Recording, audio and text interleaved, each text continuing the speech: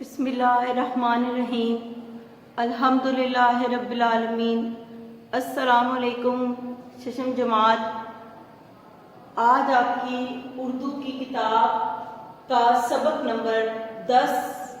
پڑھنے جا رہے ہیں۔ یہ آپ کا سبق دوسری سیمائی کا دوسرا سبق ہے اور یہ ایک نظم ہے جس کا عنوان ہے آب زلال، اور اس کے شاعر کا نام اسماعیل میٹھی ہے۔ پانی کائنات میں ایک اللہ تعالیٰ کی دوسری نعمتوں کی طرح یہ خود ایک بہت بڑی نعمت ہے۔ جہاں اللہ تعالیٰ نے انسان کو دوسری نعمتوں سے نوازا، وہاں سب سے بڑی نعمت پانی بھی ہے۔ یہ پانی کائنات جو کہ جس کا 71% حصہ پانی پر اور باقی خشکی پر مبنی ہے، خود انسانی جسم میں بھی 70% پانی موجود ہے۔ انسانی جسم میں بھی پانی ہی 70% یعنی زیادہ پانی ہی پایا جاتا ہے۔ اس کے ساتھ ساتھ عام حالات میں ہم دیکھیں تو پانی ایسی نعمت ہے کہ پیاس کے وقت احساس ہوتا ہے کہ یہ کتنی بڑی نعمت ہے اللہ تعالیٰ کی۔ پانی کو جب تک ہم نوش نہ فرما لیں تب تک ہماری تشنگی ختم نہیں ہوتی۔ اس پانی کو پی لینے کے بعد ایک عجیب سا سکون اور تسکین حاصل ہوتی ہے۔ خود قرآن میں اللہ تعالیٰ نے جا بجا فرمایا کہ جو جنتی لوگ ہیں ان کے لیے ٹھنڈے پانی کی نہریں بہتی ہوں گی۔ اللہ تعالیٰ نے ٹھنڈے پانی کو ایک نعمت قرآن میں بھی بیان کیا، اور اس نعمت کو تمام مسلمان جو اللہ تعالیٰ کے احکامات پر عمل کرتے ہیں ان کو اللہ تعالیٰ بروزے قیامت حشر کے بعد جب وہ جنت میں جائیں گے تو انہیں اس ٹھنڈے پانی سے محظوظ فرمائے گا۔ یہاں پر پانی، اس نظم میں پانی جو کہ ایک بہت بڑی نعمت ہے، اس کے بارے میں اسماعیل میٹھی نے ایک سائنسی نقطہ نظر سے بھی ہمیں آگاہ کیا ہے کہ پانی دو گیسوں، ایک آکسیجن اور دوسری ہائیڈروجن۔ آکسیجن جو کہ ہم اپنے اندر نظام تنفس کے دوران ہم اپنے اندر جو گیس لے کر جاتے ہیں وہ آکسیجن ہے، اور جو خارج کرتے ہیں وہ ہائیڈروجن ہے۔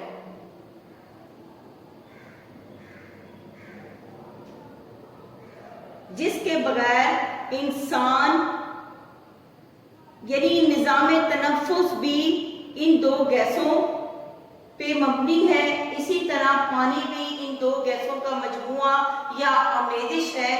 جب یہ دو گیسیں آپس میں ملتی ہیں تو H2O کے نام سے پانی ایک عنصر سامنے آتا ہے، پانی بن جاتا ہے۔ جب ان دونوں گیسوں کو آپس میں ملایا جاتا ہے تجربہ گاہ میں، اگر ان کی آپس میں آمیزش کی جائے تو پانی بنتا ہے۔ اور پانی مادہ کی تینوں حالتوں میں پایا جاتا ہے۔ جیسے کہ مادہ اس چیز کو کہتے ہیں جو چیز جگہ گھیرتی ہو یا اپنی وزن رکھتی ہو، حیت رکھتی ہو، کوئی شکل رکھتی ہو، اسے مادہ کہتے ہیں۔ اور مادہ کی تین حالتیں ہیں، ٹھوس، مائع، گیس۔ تینوں صورتوں میں پانی پایا جاتا ہے۔ جیسے کہ مائع کی صورت میں پانی موجود ہوتا ہے، ٹھوس کی صورت میں آپ برف دیکھ سکتے ہیں۔ یہ برف پانی کی ایک ٹھوس پانی ٹھوس مادہ کی ٹھوس حالت میں ہے، اور جب یہ بھاپ بن کر اڑتا ہے تو یہ ہوا گیس کی صورت یا ہوا کی صورت اختیار کر لیتا ہے۔ زمین پر موجود انسان، حیوان، چرند پرند اور سبزہ و ہریالی سب کی زندگی پانی کی ہی مرہون منت ہے۔ یعنی کائنات کی کوئی چیز ایسی نہیں، سبزہ ہو، ہریالی ہو،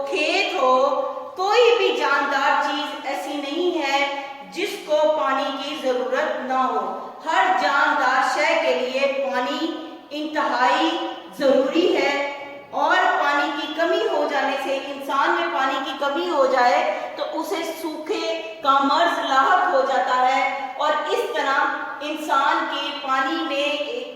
کی کمی ہو جانے کی وجہ سے اس کی موت بھی واقع ہو جاتی ہے۔ کسی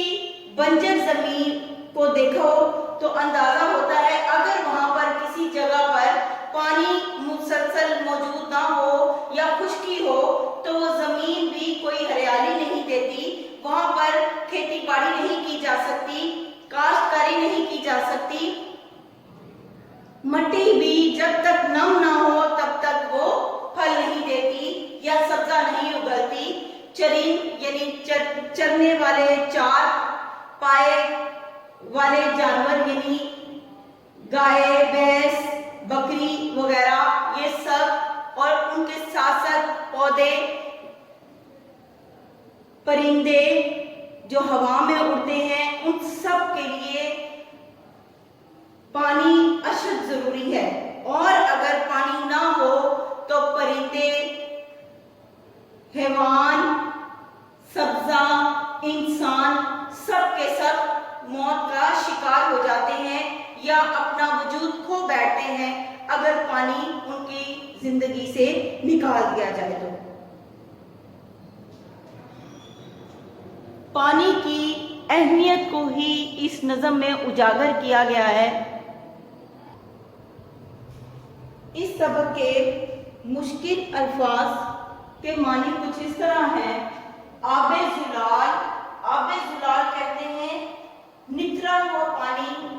یا خالص پانی۔ نتھرا کہتے ہیں نتھارنا یعنی کسی کو خالص کرنا، کسی چیز میں سے گزار کر اسے خالص کرنا نتھرا ہوا پانی کہلاتا ہے۔ خالص پانی، آب زلال کا مطلب ہے خالص پانی۔ روانی، بہاؤ، تیزی۔ دانا، عقل مند، دانش مند۔ گرا کھلنا، قابو میں رہنا، یعنی کسی کی گرفت میں آ جانا یا اس کو اس پر عبور حاصل ہو جانا۔ پھندا، ہلکا یا گرا پڑ جانا، گرفت میں آ جانا۔ رضا، خواہش، مرضی۔ رسائی، پہنچ، اور یہاں پر اس نظم میں اس کا مطلب نرمی کہلایا ہے۔ سانچا، کسی پیرہن کو اختیار کرنا، خود پر ڈھال لینا یا پیمانے کو بھی سانچا کہتے ہیں۔ جھٹ پٹ، فوراً۔ چاہ، دوستی، حاجت، مانگ، ضرورت، خواہش۔ کوس، راستے کو، 200 کوس دور۔ اکثر ہم یہ الفاظ یا اتنے کوس دور یہ الفاظ استعمال کرتے ہیں، تو کوس کا مطلب ہے راستے کی معینہ حد، کوئی حد، کسی راستے کی حد معین کرنے کو کوس کہتے ہیں۔ اب ہم اس سبق کے جو کہ اس نظم کو پڑھتے ہیں، اس نظم میں شاعر نے بہت ہی آسان سے الفاظ استعمال کیے ہیں اور اپنا جو عنوان کا جو مرکز ہے وہ بھی بہت عام فہم ہے، وہ ہے پانی۔ دکھاؤ کچھ طبیعت کی روانی، جو دانا ہو تو سمجھو کیا ہے پانی۔ یہ مل کر دو ہواؤں سے بنا ہے، گرا کھل جائے تو فوراً ہوا ہے۔ نظر ڈھونڈے مگر کچھ بھی نہ پائے، زباں چکھے مزہ ہرگز نہ آئے۔ ہواؤں میں لگایا خوب پھندا، انوکھا ہے تیری قدرت کا دھندا۔ نہیں مشکل اگر تیری رضا ہو، ہوا پانی ہو اور پانی ہوا ہو۔ یہاں پر شاعر ان اشعار میں اس نعمت کا تذکرہ کرتے کرتے رب پاک کی قدرت کی بھی تعریف کرتا ہے اور اس کی رضا کے بغیر کائنات کی کوئی چیز ممکن نہیں، اس طرف بھی اشارہ کرتا ہے۔ تو چاہے تو ان ہواؤں کا آپس میں آمیزش ہو جائے، تو چاہے تو یہ پانی بھاپ بن کے اڑ جائے، تو چاہے تو پانی بھاپ سے پانی کی شکل اختیار کر لے یا برف بن جائے، سب تیری رضا سے ہوتا ہے۔ نہیں کرتا جگہ کی کچھ شکایت، طبیعت میں رسائی ہے نہایت۔ اب یہاں پر ان اشعار میں شاعر پانی کی طبیعت یا پانی جیسا ہے، جو پانی کے جو خواص ہیں ان میں سے ان کا تذکرہ کرتا ہے۔ ان میں سے ایک یہ بھی ہے کہ وہ کوئی شکایت نہیں کرتا، جس جگہ بھی ہو رکھا ہو، نہیں کرتا کسی برتن سے کھٹ پٹ، یعنی آپ جس بھی چیز میں اسے ڈالیں تو پانی اسی کی سانچے میں ڈھل جاتا ہے۔ آپ گلاس میں پانی ڈالیں تو گلاس کی ہی شکل اختیار کر لے گا، کپ میں ڈالیں کپ کی شکل اختیار کر لے گا، جگ میں ڈالیں جگ کی شکل اختیار کر لے گا، بوتل میں ڈالیں بوتل کی شکل اختیار کر لے گا۔ مطلب کہ اس کو کسی جگہ سے کوئی شکایت نہیں، اللہ نے اسے جہاں رکھا یہ اسی حال میں مست اور خوش ہے۔ لگے گرمی تو اڑ جائے ہوا میں، پڑے سردی تو بن جاتا ہے پتھر، ہوا میں مل کے غائب ہو نظر سے، کبھی اوپر سے بادل بن کے برسے، ہوا پر چڑھ کے پہنچے سینکڑوں کوس، کبھی اولا کبھی پالا کبھی اوس۔ اب یہاں پر پانی کی شکلیں ہیں کہ کبھی اولا بن جاتا ہے، کبھی پالا بن جاتا ہے، کبھی اوس بن جاتا ہے۔ اسی کے دم سے دنیا میں تری ہے، اسی کی اب یہاں پر اس نعمت کا شکر ادا کرتے ہوئے شاعر کہتا ہے کہ اسی کے دم سے دنیا میں تری ہے، اسی کی چاہ سے کھیتی ہری ہے، پھلوں کا ہے اسی سے تازہ چہرہ، اسی کے سر پہ ہے پھولوں کا صحرا، اسی کو پی کے جیتے ہیں انسان سب، اسی سے تازہ دم ہے سارے حیوان۔ اس نظم میں شاعر نے نظم کو تین حصوں پر مبنی ہے۔ یہ نظم تین حصوں میں ڈیوائیڈ کیا ہے، تین حصوں میں تقسیم کیا ہے۔ پہلے اس نے رب العزت کی اس نعمت کا تذکرہ کیا جو اس نے بنائی، پھر اس کے بعد پانی کے خواص کا ذکر کیا، پھر آخر میں اس نے اظہار تشکر یا شکر ادا کرنے کے انداز میں اس پانی کا یعنی اس طرح شکر ادا کیا کہ اگر یہ پانی کی ہی بدولت اس دنیا میں جو کچھ سبزہ ہے یا انسان جو جیتا ہے تو وہ پانی کی ہی وجہ سے ہے۔ بنیادی طور پر شاعر اللہ تعالیٰ کی اس نعمت کا شکریہ ادا کرتا ہے، شکر ادا کرتا ہے۔ اب ہم اس نظم کی تشریح کی طرف آتے ہیں۔ دکھاؤ کچھ طبیعت کی روانی، جو دانا ہو تو سمجھو کیا ہے پانی، یعنی کچھ اپنی نظر اس طرف بھی کریں، لوگوں کی توجہ اس طرف دلائی ہے شاعر نے کہ دیکھو آخر اللہ تعالیٰ کی اتنی نعمتیں دیکھتے ہو، کائنات میں اللہ تعالیٰ نے کوئی چیز بغیر کسی مقصد کے پیدا نہیں کی، ہر چیز کا کوئی نہ کوئی مقصد ہے، اور ان تمام اشیاء میں پانی بھی ہے، اور اس کا اتنا بڑا مقصد ہے یا اس کا اتنا بڑا کام ہے کہ اگر وہ نہ ہو تو کائنات میں زندگی کا وجود ہی ناپید ہو جائے، وجود ہی نہ ہو۔ اور یہاں پر ایک سمجھدار انسان کے لیے شاعر نے اس کی توجہ دلائی ہے کہ اللہ تعالیٰ نے تمہیں عقل دی ہے، اس عقل کا استعمال کرتے ہوئے اپنی عقل کو کھولیں اور دیکھیں کہ کائنات میں اللہ تعالیٰ نے جہاں دوسری نعمتیں ہمیں بخشی ہیں، پانی بھی ایک نعمت ہے۔ آج وہ دور آ گیا، اللہ تعالیٰ نے دنیا میں 70% پانی ہے اور 29 اور 30% خشکی ہے، اس سب کے باوجود آج ہمارے ملک میں بھی پانی کی قلت ہے۔ کئی جگہ ایسی ہیں جہاں پر پانی جیسی نعمت سے لوگ ترستے ہوئے مر جاتے ہیں، اور وہاں پر خشک سالی ہے، وہاں پر کھیتی باڑی نہیں کی جا سکتی، اور آج ہماری دنیا میں پانی کی کمی، سبزے کی کمی ہوتی چلی جا رہی ہے، اور اس کی طرف ترغیب دلائی جا رہی ہے کہ پانی کا استعمال اچھے طریقے سے کریں، بے جا پانی کا استعمال نہ کیا جائے، کیونکہ دنیا، تمام قومیں، ان سب کا زندگی کا انحصار پانی پر ہے۔ اس کے لیے اس کے ذخائر پیدا کیے جائیں، آب دوز یعنی زمین دوز جو پانی ہے ان کو وہاں پر ذخیرہ کیا جائے۔ اس طرف توجہ دلاتے ہوئے شاعر نے یعنی اس کی اہمیت کو اجاگر کرنے کے لیے کہ آج چونکہ پانی کی کمی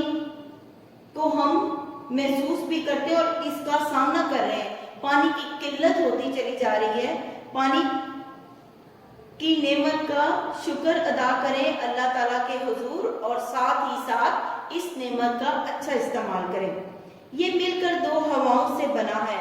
گرا کھل جائے تو فوراً ہوا ہے۔ مطلب یہ پہلے بھی بتایا آپ کو کہ پانی دو گیسوں کے آمیزش سے بنا ہے، ہائیڈروجن اور آکسیجن، اور اگر آپ ان دونوں گیسوں کو الگ کر دیں تو شاید اس میں یہ بتا رہا ہے کہ واپس ہوا کی صورت اختیار کر لیتے ہیں، بھاپ بن کے اڑ جاتے ہیں یا ہوا بن کر اڑ جاتا ہے یہ پانی۔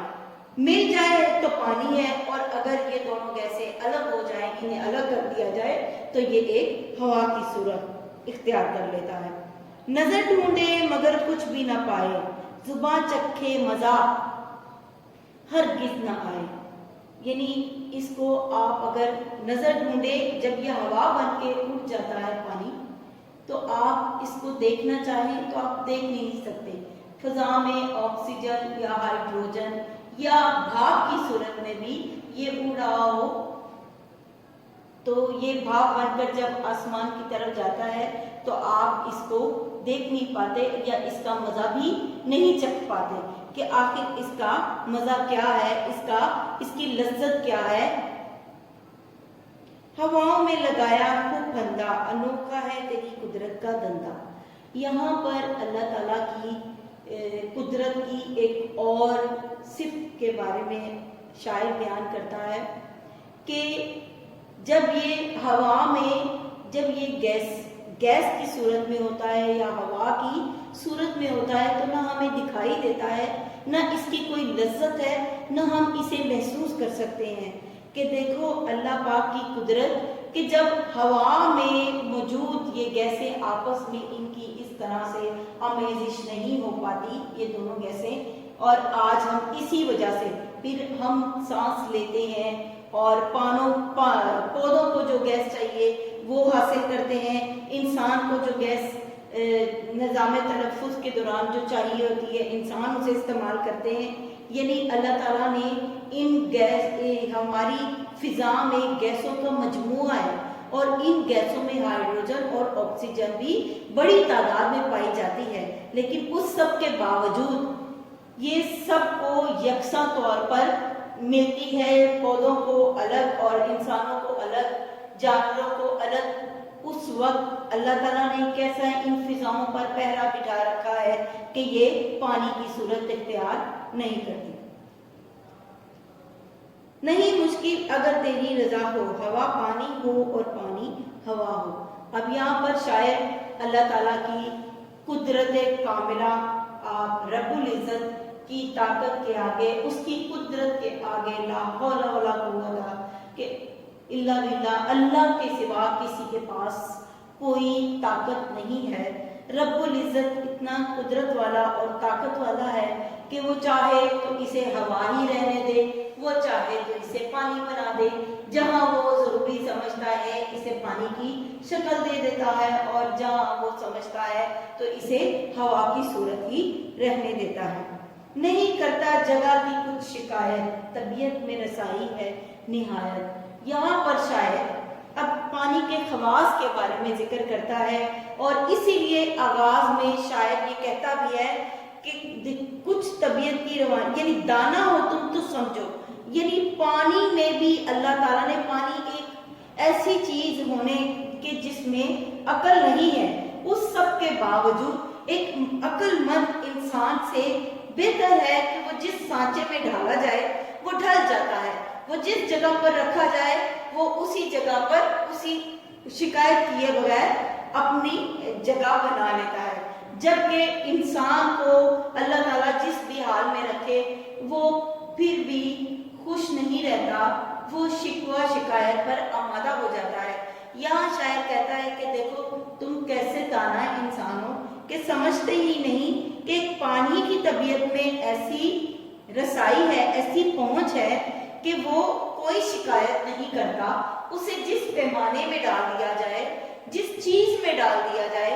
جس جگہ پہ پھیلا دیا جائے، جس جگہ پہ گرا دیا جائے، وہ اپنی طبیعت کو اس کے ساتھ مائل کر لیتا ہے، اسی میں ڈھل جاتا ہے، اسی کی ہی صورت اختیار کر لیتا ہے، نہیں کرتا کسی برتن سے کھٹپٹ، یعنی وہ کسی چیز میں بھی جب اس کو ڈالا جاتا ہے وہ کسی سے شکایت نہیں کرتا، اس کا اسی سانچے میں ڈل جانا، اسی صورت کو اختیار کر لینا اس بات کی دلیل ہے کہ وہ جس حال میں بھی اس کو رکھا جائے تو خوش رہتا ہے، یعنی یا وہ اس حال میں ہی رہنا یا ڈھل جانا پسند کرتا ہے، قدرت کی رضا کو اللہ کی رضا میں خود کی رضا کر لیتا ہے، اللہ کی رضا کو اپنے لیے کافی سمجھتا ہے، یہ ایک پانی کے خواص میں بھی شامل ہے۔ تو ہم کیسے دانا انسان ہے کہ عقل رکھتے ہوئے بھی ہم یہ نہیں سمجھتے کہ آیا اللہ تعالیٰ نے ہمیں جس حال میں رکھا ہے ہمیں خوش و خرم رہنا چاہیے، ان حالات میں ہی صبر شکر کے ساتھ زندگی گزارنی اور بسر کرنی چاہیے، نہ کہ اپنے موجود معاشرے میں ایک دوسرے کے ساتھ جھگڑا کرنا چاہیے۔ جو آپ کے ساتھ ایک جگہ پر جو لوگ رہتے ہیں، آپ جن کے ساتھ رہتے ہیں ان سے کوئی عداوت، بغض، برائی، کینہ مت رکھیں۔ لگے گرمی تو اڑ جائے ہوا میں، پڑے سردی تو بن جاتا ہے پتھر۔ لگے گرمی تو اڑ جائے ہوا میں، یہاں پر یہ ہے کہ جب دھوپ کی تپش سے پانی جو کہ اگر نارمل یعنی ٹھنڈا سا ہو تو آپ نے اکثر دیکھا ہوگا کہ ایک دم سے کوئی گرم چیز کو آپ ٹھنڈی چیز میں ڈالتے ہیں تو اس کے اطراف میں بھاپ پہلے بنتی ہے، پھر اس کے بعد چھوٹے چھوٹے قطرے سے نمودار ہوتے ہیں۔ اسی طرح جب کسی ٹھنڈے پانی پر گرم تیز دھوپ پڑتی ہے تو وہ ایک ہوا کی صورت اڑنے لگتا ہے، بھاپ کی صورت اختیار کر لیتا ہے اور آسمان کی طرف جاتا ہے، اور اسی طرح یہی بھاپ جو ہے یہ پہاڑوں پر برف بن کے پتھر کی صورت اختیار کر لیتی ہے اور ان کے گلیشیئرز بن جاتے ہیں، برفیلے پہاڑ کی شکل اختیار کر لیتے ہیں۔ ہوا میں مل کر غائب ہو نظر سے، کبھی اوپر سے بادل بن کے برسے،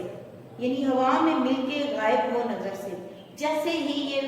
ہوا میں شامل ہو جاتی ہے بھاپ تو کچھ دکھائی نہیں دیتا، جس طرح ہوا ہمیں دکھائی نظر نہیں آتی، ہم اسے چھو نہیں سکتے، ہم اسے محسوس تو کر سکتے ہیں، چھو نہیں سکتے، چکھ نہیں سکتے، ہاتھ میں نہیں لے سکتے، اسی طرح یہ بھی ہوا کی طرح ہو جاتا ہے جسے ہم چھو نہیں سکتے، اس کی لذت محسوس نہیں کر سکتے۔ اور پھر یہی جب بھاپ آسمان کی طرف جاتی ہے، یہی بادل کی صورت اختیار کر لیتے ہیں اور یہ بادل پھر بارش کی صورت میں واپس پلٹ کر زمین پر آ جاتے ہیں، یعنی بارش کی صورت میں برستے ہیں ہم پر، کہ رب العزت کی نظام دیکھیں کہ واپس جب یہی پانی بھاپ بن کے آسمان کی طرف جاتا ہے، وہاں پر بادل بنتے ہیں اور بادل بن کے واپس پھر بارش کی صورت میں زمین پر آ جاتا ہے، یعنی اللہ لین دین کا یہ عمل دنیاوی زندگی میں بھی اختیار کرنا چاہیے۔ پانی کے خواص کا تذکرہ کرتے اسی لیے لیے بار بار میں آپ کو یہ بتا رہی ہوں کہ شروع میں جو کہا شاعر نے، جو دانا ہو تو سمجھو کیا ہے پانی، یعنی اگر تم عقل رکھتے ہو تو تم دیکھو پانی کتنی بڑی نعمت ہے، اور پانی کیا چیز ہے، آپ اس پانی سے سیکھیں، اس پانی کے بھی خواص، اگر ہم تو انسان ہیں، اشرف المخلوقات ہیں، ہوا پہ چڑھ کے پہنچے سینکڑوں کوس، کبھی اولا کبھی پالا کبھی اوس، یعنی جب یہ ہوا کے ذریعے یہ پانی دور دور تک پہنچ جاتا ہے بھاپ بن کر، کہیں سے کہیں ہوا اسے ادھر سے ادھر اس دھوئیں کی صورت میں اسے ادھر سے ادھر اڑا لیتی ہے، اور یہ کبھی اولا یعنی یہ جو برف کے گولے بن جاتے ہیں، اگر زیادہ ٹھنڈک میسر آئے، سائنٹیفکلی سائنسی نظر سے اگر دیکھا جائے تو یہ وہاں پر جم کر اولوں کی صورت اختیار کر لیتے ہیں، اور جب بارش میں بعض اوقات یہ اولے بن کر ہم پہ برستے ہیں یا پڑتے ہیں زمین پر، تو یہی وہ ہوا ہوتی ہے جو کہ یہ پانی جو ہوا کی صورت سے پھر اولوں کی صورت اختیار کر لیتا ہے۔ کبھی پالا کہتے ہیں برف باری جب ہوتی ہے، جن لوگوں کو اتفاق ہو یہ دیکھنے کا کہ یہ روئی کی جیسی برف ہوتی ہے جو کہ برف باری کی صورت میں گرتی ہے، یعنی وہ برف کی بارش، پالے کی بارش ہوتی ہے۔ اور کبھی اوس تو صبح سویرے جن لوگوں کو اٹھنے کی اور صبح کی سیر کرنے کی یا ورزش کرنے کی عادت ہو، اور ان کا سبزہ کی طرف جانے کی ان کی عادت ہو، تو وہ اکثر آپ دیکھیں کہ آپ کے گھروں میں اگر پودے ہیں یا درخت ہیں یا کوئی باغ ہے تو ان میں دیکھیں صبح صبح اوس کی صورت میں شبنم کے قطروں کی طرح یہ ہمیں پتوں پر پڑے، ہمارے درختوں پر پڑے یا فرش پر پڑے دکھتے ہیں۔ اسی کے دم سے دنیا میں تری ہے، اسی کی چاہ سے کھیتی ہری ہے۔ یہاں پر آپ اس پانی کی خوبی بھی بیان کر رہا ہے، اور شاید اللہ تعالیٰ کا شکر بھی ادا کر رہا ہے کہ اگر پانی ہے تو دنیا میں نمی ہے، تری ہے، نم ہے یہ دنیا، اسی کی چاہ سے کھیتی ہری ہے۔ اگر یہ زمین نم نہ ہو تو وہ جگہ جس مٹی میں نمی پائی نہ جائے تو وہ بنجر ہو جاتی ہے، اور وہاں پر کھیتی باڑی کرنا ناممکن ہوتا ہے۔ اس لیے یہ بڑی نعمت ہے کہ کسی مٹی میں اللہ تعالیٰ نے نمی رکھی تاکہ انسان وہاں پر کاشتکاری کرے، کھیتی باڑی کرے، اور اپنے لیے مختلف نعمتیں، سبزیاں، پھل پھول پودے لگائے اور ان کو استعمال کرے، ان سے مستفید ہو، ان سے فائدے حاصل کرے۔ پھلوں کا ہے اسی سے تازہ چہرہ، اسی کے سر پہ ہے پھولوں کا صحرا، یعنی آج آپ پھل جب یہی شبنم کے قطرے اور بھاپ یا بارش کے پانی جب ان پھلوں اور پتوں، پودوں، پھولوں پر گرتے ہیں تو یہ اتنے خوبصورت یہ منظر ہوتا ہے، اتنے خوبصورت دکھائی دیتے ہیں، اتنے تازہ اور اتنے سرسبز دکھتے ہیں کہ جس کو دیکھ کر انسانوں کی طبیعت خوش اور پرسکون ہو جاتی ہے، اور وہ ایک عجیب سی تسکین محسوس کرتا ہے۔ یہ بھی اللہ تعالیٰ کی نعمتوں میں سے ایک نعمت ہے۔ اسی کو پی کے جیتے ہیں سب انسان، اسی سے تازہ دم ہے سارے حیوان۔ یہاں انسان و حیوان یعنی جانور اور انسان، ہر جاندار چیز کے بارے میں شاعر کہتا ہے کہ کوئی بھی جاندار چیز ایسی نہیں ہے جو کہ پانی کے بغیر زندہ رہ سکتی ہو، پانی کے بغیر حیات ممکن نہیں، پانی حیات ہے، پانی کے بغیر کوئی بھی خوراک حاصل نہیں کر سکتا، پھل نہیں لگائے جا سکتے، پودے نہیں لگائے جا سکتے، اگر پودوں کو بھی پانی میسر نہ ہو، پانی نہ ملے تو وہ بھی مرجھا جاتے ہیں اور آہستہ آہستہ جل جاتے ہیں اور ختم ہو جاتے ہیں، یعنی کائنات کی کوئی ایسی جاندار چیز نہیں جس کا انحصار پانی جیسی نعمت پر نہ ہو۔ اب ہم اس سبق کے سوالات کے جوابات کی طرف آتے ہیں۔ سبق کا پہلا سوال ہے پانی کس طرح وجود میں آیا؟ یعنی یہاں پر ویسے تو اللہ تعالیٰ نے کائنات میں ہر شے کو پیدا کیا، اور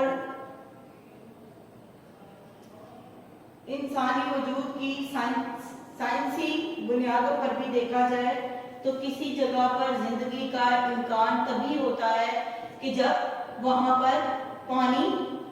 موجود ہو۔ آج مریخ پر بھی انسانی حیات کی بقا ممکن ہو سکتی ہے، جو یہ تحقیق کی جا رہی ہے اور اس کے بارے میں کہا جا رہا ہے کہ وہاں زندگی ممکن ہے صرف اسی لیے کہ وہاں پر پانی جیسی نعمت کے اثار پائے جاتے ہیں۔ پانی کس طرح وجود میں آیا؟ دو گیسوں یعنی آکسیجن اور ہائیڈروجن کی آمیزش سے۔ پانی کے 5 خواص کون سے ہیں ان کے بارے میں بتائیں تو اس کے 5 خواص یہ ہیں کہ یہ بے رنگ ہوتا ہے، اس میں جب تک کوئی رنگ نہ ڈالا جائے تب تک یہ کوئی رنگ اختیار نہیں کرتا، اس کا اپنا کوئی رنگ نہیں ہوتا۔ بے بو ہے یعنی اس کی کوئی خوشبو نہیں ہوتی، اس کا کوئی ذائقہ نہیں ہوتا جب تک کہ اس میں کسی اور چیز کی آمیزش نہ کی جائے۔ اور آبی بخارات بن کر جب یہ بارش کی صورت اختیار کرتے ہیں تو یہ بھی ہے اس کے خواص میں سے ہے کہ یہ بارش کی صورت میں ہمیں یعنی زمین پہ برستا ہے۔ پھر جس چیز میں بھی اسے ڈالا جائے یہ اسی کی شکل اختیار کر لیتا ہے، یہ اس کے خواص میں سے ہے۔ پھر سوال ہے کہ ہواؤں کے پھندے سے کیا مراد ہے؟ ہماری فضا میں جو مختلف گیسیں پائی جاتی ہیں جنہوں نے ہوا کے گرد یعنی ہماری فضا کے گرد ایک ہلکا سا بنا رکھا ہے، اور یہ گیسیں آپس میں رضائے الہی کے علاوہ آمیزش نہیں کرتی۔ پھر اس کے بعد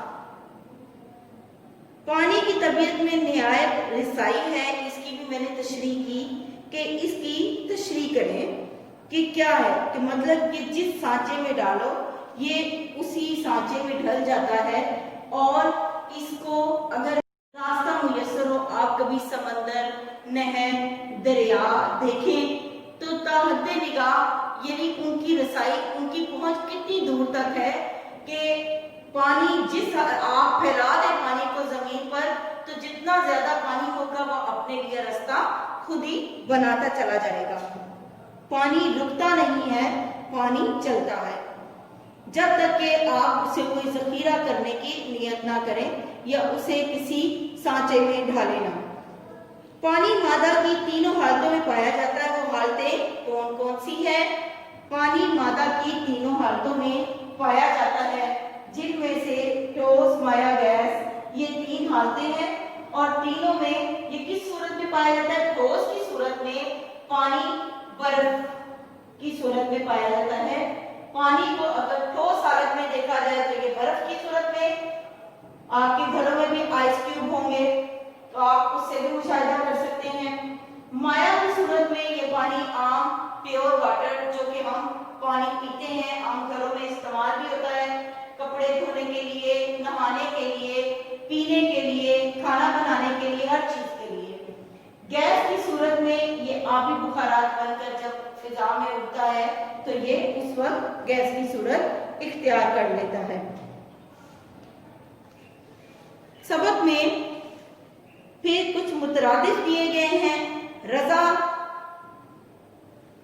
ناراض، پھندا، کھلا، دانا، احمد، اولا، ادنا، شکایت، تعریف، آب